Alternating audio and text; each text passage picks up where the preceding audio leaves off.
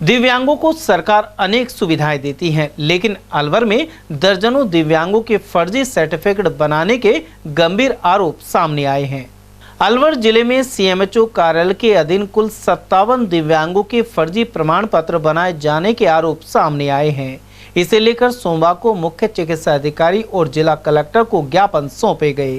दिव्यांग संस्था के अध्यक्ष अशोक नागर ने बताया कि सीएमएचओ विभाग द्वारा 53 दिव्यांगों के फर्जी प्रमाण पत्र बनाए गए। साथ ही पूर्व में वर्ष 2021-22 में एक परिवार के 4 फर्जी दिव्यांग प्रमाण पत्र बनाए गए थे। इसे लेकर यह विरोध प्रदर्शन कर रहे हैं। उन्होंने कहा कि इस तरह फर्जी प्रमाण पत्र बनते रहे तो वास्तविक पात्र दिव्यांगों को लाभ नहीं मिलेगा। उनका कहना है कि इस मामले में संबंधित कर्मचारियों की जांच होनी चाहिए। परमार्थम दिव्यांग एवं जन कल्याण संस्थान द्वारा और पंडित तोताराम नर सेवा संस्थान द्वारा जो 53 दिव्यांग प्रमाण पत्र सीएमएचओ कार्यालय द्वारा फर्जी बनाए गए और पूर्व में 2021-22 में भी एक ही परिवार के 4-5 दिव्यांग जनों के फर्जी प्रमाण पत्र बनाए गए।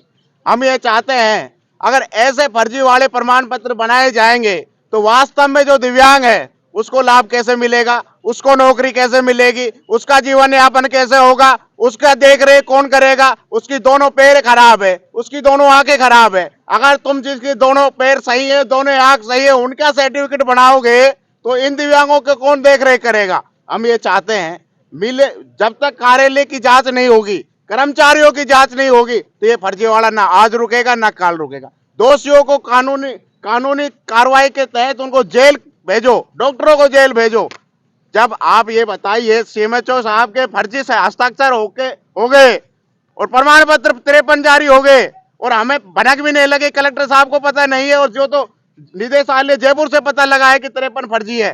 तो मैं चाहता हूं कि जितने भी फर्जी प्रमाण पत्र हैं अलवर जिले में वो सब रद्द किए जाए, उनके ऊपर कानूनी कार्रवाई की जाए जिससे इन दिव्यांग जनों को लाभ मिल सके। उधर कोषाध्यक्ष भवानी सिंह का कहना है कि फर्जी प्रमाण पत्र बनाने में कई कर्मचारी भी लिप्त हैं। साथ ही जिला अस्पताल के कुछ चिकित्सकों की मिलीभगत है। उन्होंने चेतावनी दी कि यदि 5 दिन में इस मामले का समाधान नहीं हुआ तो दिव्यांग भूख हड़ताल पर बैठेंगे। साथ ही आत्मदाह की चेतावनी भी दी गई है। षड्यंत्रकारी जो ये विभाग है, इसमें बिना किसी लिफ्ट का अगर कोई जब तक कर्मचारी इसके अंदर लिप्त नहीं होगा तब तक ये काम करना कोई छोटा आसान नहीं है। 4 स्टेप ऑनलाइन प्रक्रिया पार होना बिना किसी विभाग के कर्मचारी से लिप्त हुए ये कार्य करना संभव नहीं है। तो इसका मतलब यहाँ का विभाग का कर्मचारी तो इसके अंदर लिप्त है। और पूर्व में जो 4 प्रमाण पत्र हमने निरस्त करवाए थे, इन्होंने उनकी जांच की, इन्होंने पाया उनके किसी के डॉक्यूमेंट भी यहाँ हॉस्पिटल में नहीं मिले, इन्होंने पाया और उसको निरस्त किया। और ये उपखंड अधिकारी की फोटोकॉपी मेरे हाथ में है जिन्होंने साफ ऑर्डर कर रखे हैं कि वो दोबारा रीमेडिकल के लिए आए। 4 साल बीत गए, ना ही तो पुलिस, ना ही मुख्य चिकित्सा अधिकारी और ना ही इस जिले के आदरणीय कलेक्टर साहब जो भी उस समय रहे, हम 4 साल से भटक रहे हैं। 4 साल से उन मुलजिमों को मेडिकल के लिए आज तक ना तो ये टीम लेके आ सकी है और ना ही विभाग लेके आ सका है। क्यों?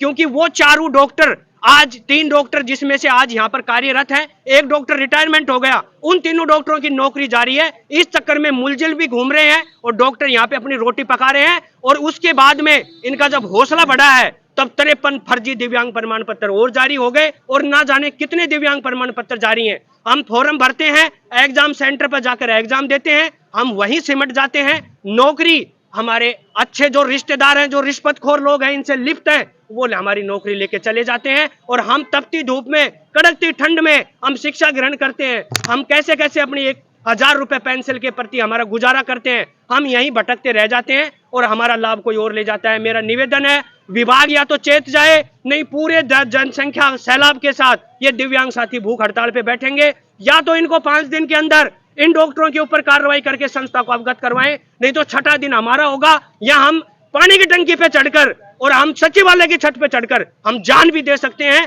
और मैं विशेषकर मैं स्पेशल जान दे सकता हूं। मैं प्रशासन को यह बात चेता रहा हूं, या तो इनके ऊपर 5 दिन में कार्रवाई कर लें, अन्यथा मैं मेरी जान दूंगा। कुल मिलाकर यह आरोप गंभीर है और उच्च स्तर की जांच के बाद ही वास्तविकता का पता लग पाएगा।